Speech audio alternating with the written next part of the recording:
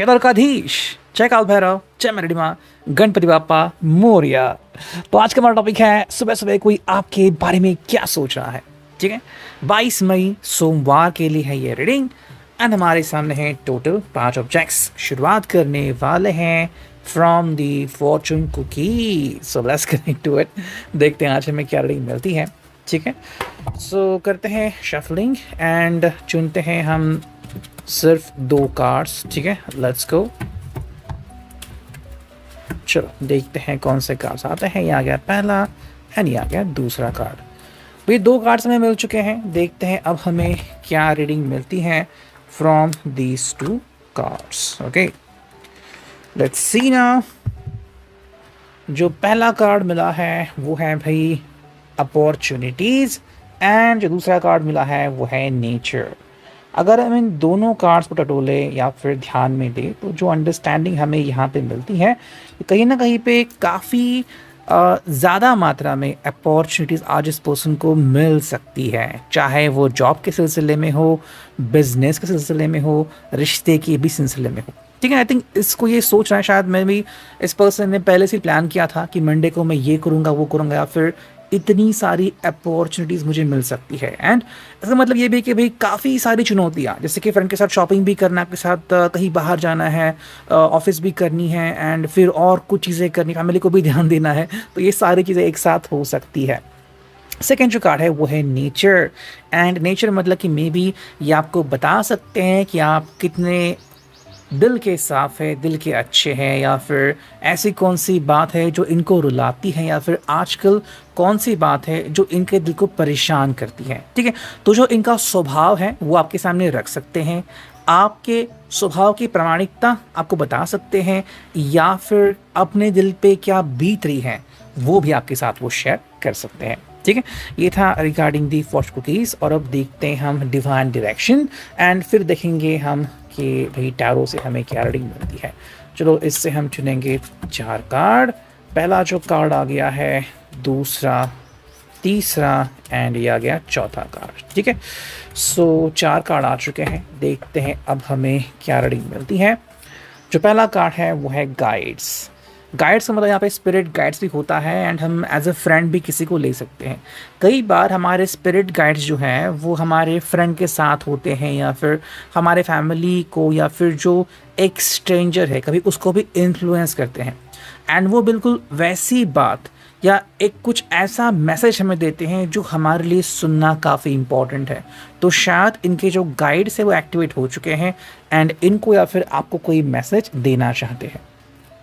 Second जो card है वो है होम, यानी कि भाई एक पर्सन जो है वो ज़्यादातर अपने घर के बारे में सोच रहा है। यहाँ पे घर की बात आती है तो या तो ये जिस घर में रह रहे हैं, चाहे वो रेंट पे लिया हो, फैमिली का पुश्तैनी घर हो, या फिर आपके साथ घर खरीदना चाहते हो, वो सारी इच्छाएं हमें यहाँ पे दिखती है। थर्ड जो कार्ड है वो है ग्राउंड। अब ग्राउंडिंग एनर्जी जिसे हम कहते हैं काफ़ी इंपॉर्टेंट होता है।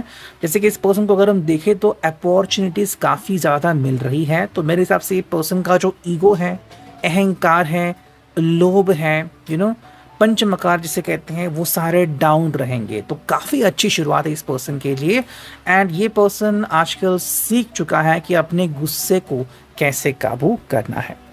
नेक्स्ट कार्ड मिला है वो है रिचार्ज एंड दैट मीन्स कि भाई कहीं ना कहीं पे ये पर्सन आपसे गुजारिश कर सकता है, अगर उनको लग रहा है कि भाई आपको इस चीज़ की ज़रूरत है कि भाई आप थोड़ा सा रिचार्ज करो। यानी कि कहीं ना कहीं पे अगर आप ज़्यादा गुस्सा कर रहे हो, दिमाग शांत नहीं हो रहा है, या फिर बहुत ज़्यादा चिंता कर रहे हो, तो आपको रिचार्ज की ज़रूरत है, या फिर आपको ज़्यादा से ज़्यादा मैनिफेस्टेशन करने की ज़रूरत है। तो ये अपनी ऊर्जा आपकी तरफ थोड़ी बहुत भेज सकते हैं अभ्यास के द्वारा।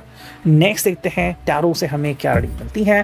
करते हैं कार्ड्स की शफलिंग। ठीक है, एंड लेट्स सी, हमें स्ट्रेट ही कार्ड लेने हैं। सो लेट्स सी कि क्या कार्ड्स मिलते हैं, क्या रीडिंग आती है। ओके, ये कितने कार्ड्स आ गए? 3 कार्ड आ गए। ठीक है, चलो देखते हैं हमें और क्या रीडिंग मिलती है। हम चुनेंगे ऑलमोस्ट 7 कार्ड, 4, 5, 6 एंड ये 7। ठीक है, तो 7 कार्ड आ चुके हैं। देखते हैं अब हमें क्या रीडिंग मिलती है। तो लेट्स गो। जो पहला कार्ड हमें मिला है वो है 8 of cups, cancer, Scorpio, Pisces.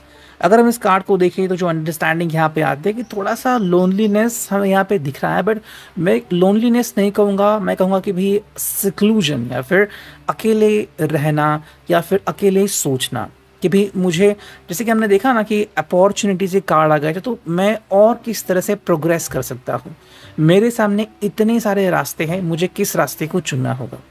किसी को अपना नया जॉब चुनना है या फिर किसी को पढ़ाई कंप्लीट करनी है, तो ऐसे बहुत सारे टॉपिक जब आते हैं तो एग्जैक्टली मैं किसके ऊपर फोकस करूं ताकि मेरे लिए वो बेहतरीन मौका साबित होगा, ये कहीं ना कहीं सिलसिला शायद इनके दिल में चल रहा है। ये जो कार्ड है वो है night of wands, Aries Leo साजिश। ये पर्सन एक्चुअली एक अच्छा डिसीजन लेना चाहते हैं। अब ये डिसीजन वो कितना जल्दी ले पाएंगे या फिर इस डिसीजन मेकिंग में इनको कौन कौन हेल्प करता है, ये उनके लिए काफ़ी इंपॉर्टेंट है। ऐसा भी हो सकता है कि जहाँ पे ये डिसीजन लेना चाहते हैं या फिर जो डिसीजन है इनका, शायद फैमिली इसको इतना सपोर्ट नहीं कर रही है एंड इसलिए आपके ऊपर डिपेंडेंट है या फिर फ्रेंड्स के ऊपर जो इसको सपोर्ट करे। नेक्स्ट कार्ड मिला है यहाँ पे भाई, वो है द हायरोफेंट, टॉरस का साइन, एंड इसे हम देखें तो ये एक्चुअली एक ऑनेस्ट रिलेशनशिप चाहते हैं। अगर आप चाहें तो इसे मैरिज को भी कंसिडर कर सकते हैं या फिर कमिटमेंट को भी कंसिडर कर सकते हैं, लेकिन मेरे हिसाब से अभी जो मीनिंग निकल के आ रहा है कि ये ऑनेस्ट रिव्यू चाहते हैं। आप इनके बारे में क्या सोचते हो? क्या आपको लगता है कि ये जो डिसीजन हाल ही में ले रहे हैं या फिर ले चुके हैं, ये उनके लिए अभी सही है या फिर आने वाले भविष्य के लिए भी काफ़ी सही होंगे, या फिर वो इतने सही नहीं हैं एंड बाकी लोगों ने सिर्फ ये गुस्सा ना हो जाए इसलिए इनको सपोर्ट किया, तो ये आपसे ट्रुथ एक्सपेक्ट करते हैं। अगला जो कार्ड है queen of pentacles, taurus, Virgo, Capricorn. जैसे हमने कहा कि यहाँ पे ये पर्सन अपनी एनर्जी ग्राउंडिंग कर चुका है, तो ये आपसे सच सुनना चाहता है। बेसिकली ये धीरे धीरे आगे बढ़ना चाहता है, यहाँ पे कोई दो राय नहीं है, लेकिन ये पर्सन किसी के भी दिल को चोट पहुँचाना नहीं चाहता। हो सकता है कि आपने शायद इनको लाड़ प्यार से ज़्यादा बिगाड़ दिया हो या फिर ये पर्सन थोड़ा सा हटी हो, लेकिन ये भी जानना काफ़ी इंपॉर्टेंट है कि ये जो डिसीजन लेंगे क्या वो आप दोनों के फेवर में होगा भी या नहीं। कहीं ना कहीं जो पर्सन है वो जो अपना करंट जॉब है या प्रोफेशन है उसी को कंटिन्यू करना चाहेगा। So let's see about it. Next card मिला है वो है 10 ऑफ पेंटिकल्स। अगर हम इसकी बात करें तो इनके हिसाब से भी चीज़ें सही जा रही हैं एंड बहुत ही जल्द सही हो भी जाएंगी, ठीक है। एंड उनके हिसाब से इनका फ्यूचर काफ़ी ब्राइट है। अगर हम सिर्फ आप दोनों के बारे में बात करें तो ये दोनों ने कुछ प्रिपरेशन की है कि हम दोनों को कहाँ पे सेटल होना है, क्या करना है, क्या नहीं करना है।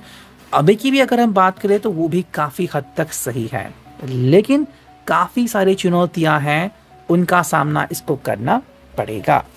अगला जो कार्ड है 3 ऑफ पेंटिकल्स, यानी कि सोच रहे हैं या फिर काफ़ी सारे फ्रेंड के साथ डिस्कशन भी कर सकते हैं, ऐसे में आपको भी बुला सकते हैं उस डिस्कशन के बीच में। जो फाइनल कार्ड टैरो में हमें मिला है वो है भी एस ऑफ स्वॉर्ड। कम्युनिकेशन के लिए काफ़ी इंपॉर्टेंट है, यानी कि आपका मन ओपन करना, आपको ये बताना एंड आपसे ये जानना कि भाई आपको क्या लगता है, कम्युनिकेशन स्टार्ट करना।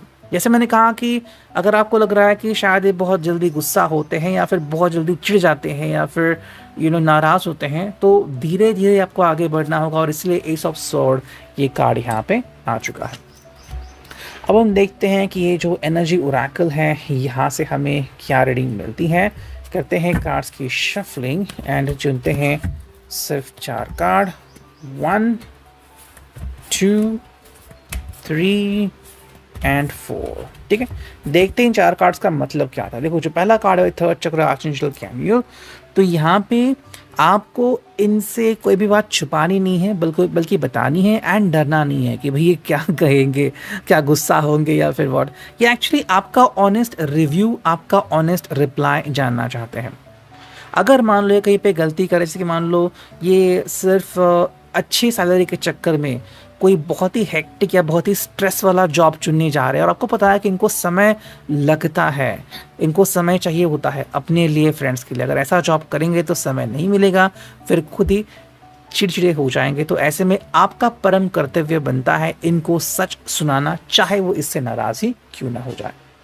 नेक्स्ट कार्ड है डिसीट, यानी कि कहीं ना कहीं पे इनके मन में चल रहा है कि मैं खुद के अगेंस्ट जाके कुछ काम करूं, तो आपको इनको ऐसे करने से रोकना है। मुझे लग रहा है कि शायद ये पर्सन किसी को फाइनेंशियली हेल्प भी करना चाहता है, लेकिन शायद ये हेल्प के चक्कर में ये खुद को ही फंसा ना ले, या फिर शायद फाइनेंशियल हेल्प करना अभी इस वक्त इतना सही नहीं होगा, तो ये भी आपको ध्यान में रखने की ज़रूरत है। नेक्स्ट कार्ड है वो है डोर टू वैल्यू।